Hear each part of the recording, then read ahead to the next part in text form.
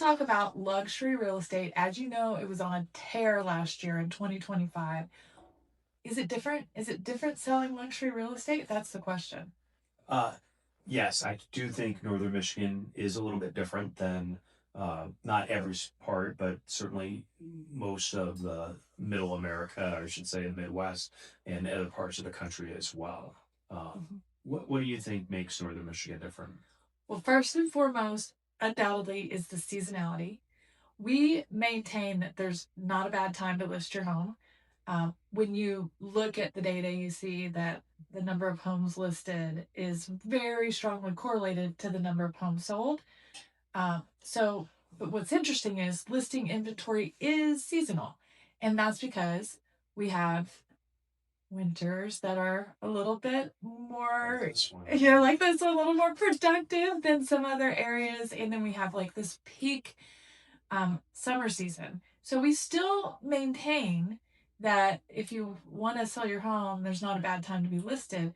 There are strategies and timing considerations particular to luxury and especially waterfront, because in the winter, what's the waterfront? It's not waterfront anymore, it's ice front. That's right. So there are things that we have to do differently related to that.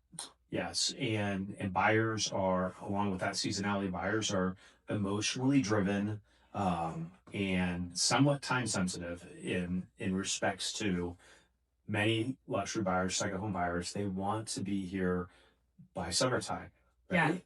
So there's a little bit of that seasonality of, hey, it makes sense to go on the market when everything is beautiful, and the home presents the best, and you can see what the bottom of the lake looks like.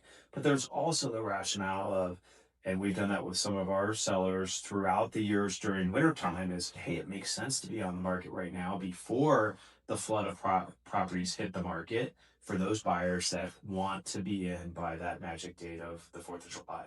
Yeah. And I have a buyer right now. I went out on a showing tour yesterday of multiple waterfront homes, and she's like, "Well, tell me about the waterfront here, and how can I buy a home in February in northern Michigan?"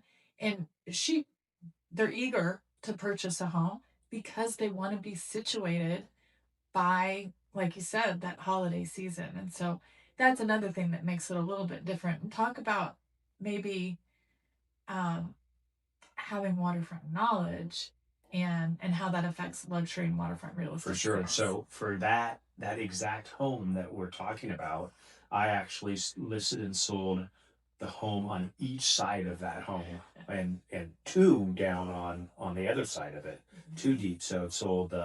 This will be now four homes in a row there, and then you hop over another home. I listed and sold that one, and then everyone there. So local knowledge definitely plays a part.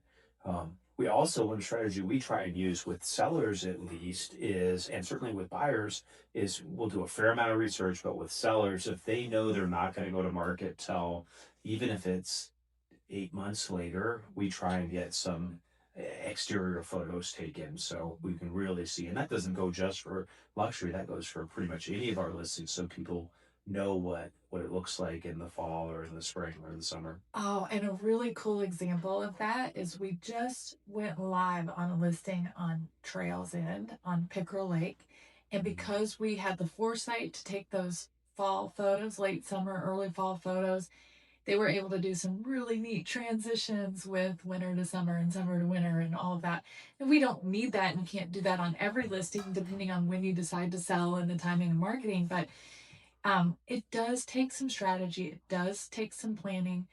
If you're even thinking about maybe getting into the market as a buyer, or like the buyer that I took on the showing tour yesterday, we toured homes in the fall, and I helped them get to know the different lakes and the different shorelines and the benefits of being on Lake Charlevoix, where it's a sailing community and you're protected. You can have a dock in the front of your home versus Lake Michigan, where maybe you can't have a dock, but and the trade-off. So we did that when you could see and really appreciate the water frontage and planned for now their buying season, which they're likely going to want to do something. But for sellers, if you're thinking, maybe I want one more summer on the lake, it's a good idea to talk to the realtor now for lot of different reasons, but the photos being just one of them. There's also the strategy around private sales too. Yeah, and so I guess another reason why Northern Michigan's a little bit different in the luxury segment is waterfront and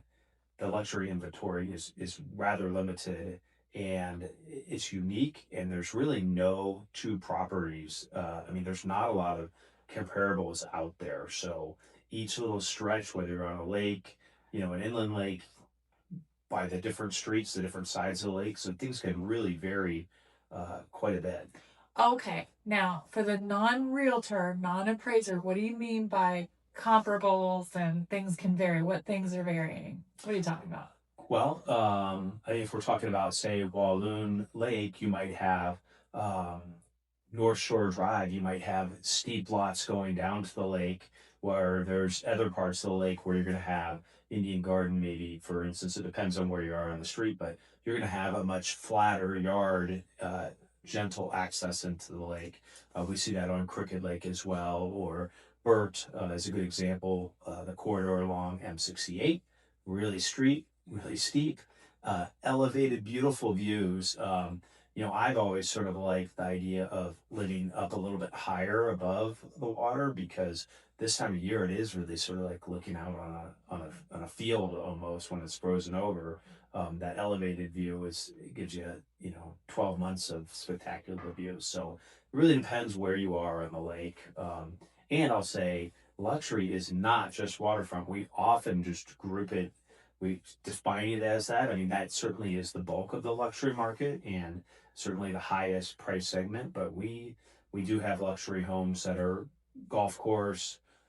We just Water view, water view. beautiful, elevated, multiple acre home on water view. Yeah.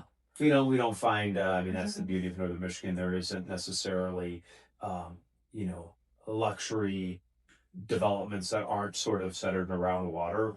Although we are seeing some communities, some developments are having some rather upscale homes, but there's certainly the golf course communities, True North being one of them, that is geared towards more luxury homes. And what I'm getting at is when we talk about the differences in the property and the comparables, that's all relevant because one of the most important aspects of having a successful home sale at any price point is pricing.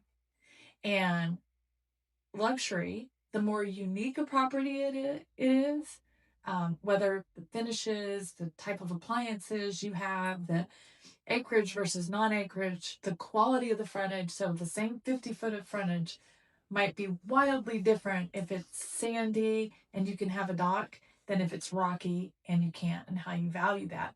And because it's not tract housing, and where a very similar home sold down the street 6 months ago gives you an idea, based on square footage and number of bedrooms and bath, etc., what the price should be. It's still very scientific in the luxury in um, waterfront space. It's still very important. It's a lot more difficult.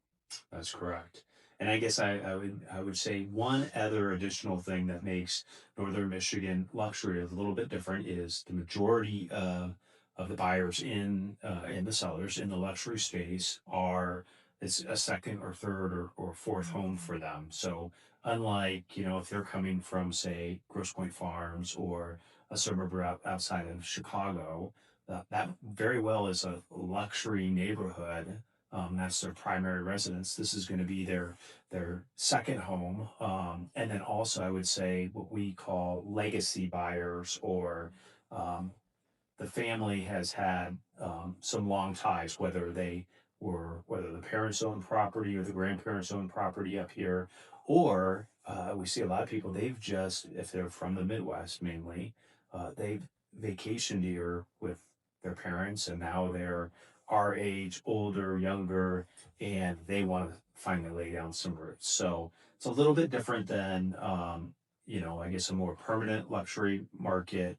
Um, and I guess the other thing that we didn't originally have on our list is that it's a little bit hard to get to Northern Michigan. Oh, yeah. And that's part of the beauty. You either got to get in your car and you got to drive a ways, 3.5 hours to Grand Rapids, 4+ hours from Detroit. Chicago, Indianapolis, St. Louis, or you gotta get on a plane.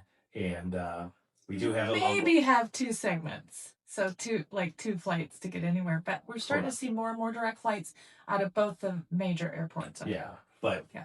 it can be a little bit tricky to get to. So that adds a little bit to the seasonality and why Northern Michigan It's so luxury is a special. little bit different. Yeah. Yeah, for sure.